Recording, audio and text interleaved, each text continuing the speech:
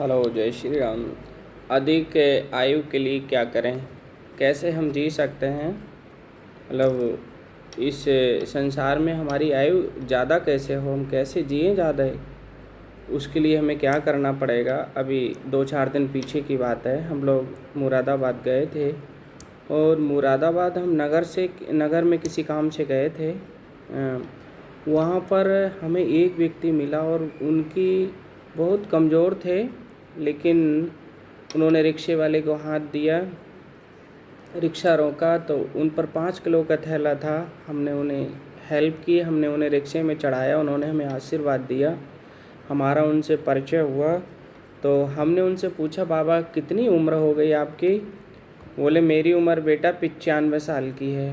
कहा, अच्छा, और देखने में ऐसे लग रहा है कि मानो कि 60 साल की उम्र हो उनका।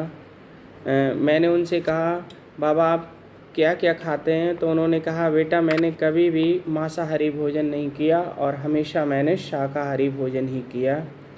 मैं कहा, आप तो बहुत भाग्यशाली हो। हमने कहा कि आपकी इतनी आयु हो गई। उन्होंने हंस के कहा, सब ऊपर वाले की कृपा है। मैंने कहा, बाबा आप अब राम नाम रटा करो और भजन किया करो। तो उन्होंने कहा, नहीं मैं राम नाम तो नहीं, मैं ईसाई हूँ। मैं कहा, बहुत अच्छा। मैंने उनसे कहा, अगर आप ईसाई हैं तो जिसको भी मानते हैं उसके लिए याद किया करो। बोले, हाँ ऐसा करता हूँ मैं, और मेरे जीवन का आधार ये रहा है कि मैंने हमेशा शाकाहारी भोजन ही किया है। मुझे उनसे बहुत प्रसन्नता हुई उनसे परिचय करके, और कुछ उन्होंने हमें आशीर्वाद ऐसा दिया कि बहुत अच्छे सज्जन थे, और इतनी प्रसन्नता हुई कि बहुत ज़्यादा। तो जो भी साथी इस वीडियो को देखेंगे उनसे मेरा निवेदन है कि शाकाहारी भोजन का प्रयोग करें। मांसाहारी भोजन से व्यक्ति को ताकत भले ही हो जाए, लेकिन उसकी आयु घटती है, शरीर में विकार आते हैं। हमें मांस कदापि नहीं खाना चाहिए। हमें ऊपर वाले ने इस संसार में बहुत अच्छी अच्छी चीज़ें पैदा की हैं। जैसा मौसम आ गया वैसे फल हमें दिए हैं। उन फलों को हम खाएं, उन दालों को हम खाएं, उन रोटियां खाएं, हरी हरी सब्जियां खाएं, लेकिन हम किसी को पीड़ा नहीं पहुंचाएं। किसी भी जीव को हम उसका मांस ना काटें, उसकी हत्या ना करें अपने स्वार्थ के लिए। यदि हम ऐसा करते रहे तो इसका परिणाम हमारे विपरीत होगा और इसका हमें बहुत दुख भोगना पड़ेगा। वो समय आने वाला है।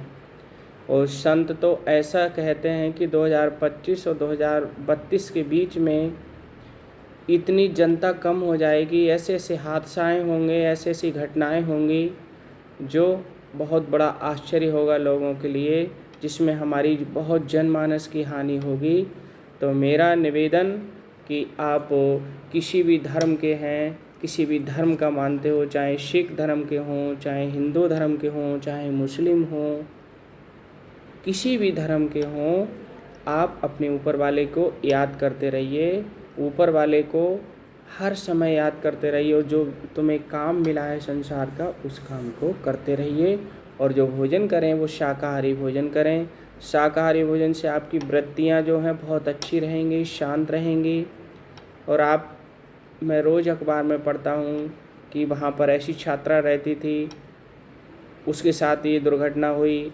बंगाल में नर्स के साथ ये घटना घटी। तो ये क्यों आती हैं ऐसी वृत्तियाँ? इनका रीज़न है कि हम धर्म से विमुख होते जा रहे हैं।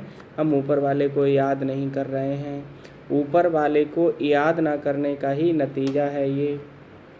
यदि हम ऊपर वाले को याद करेंगे, माना कि हम एक हिंदू हैं और हम अपने भगवान राम या कृष्ण के लिए याद करते रहेंगे, तो हमारा जो क्या रहेगा कि जो हमारी जो रक्षा करेंगे वो करेंगे। ये सांसें हमारी नहीं हैं।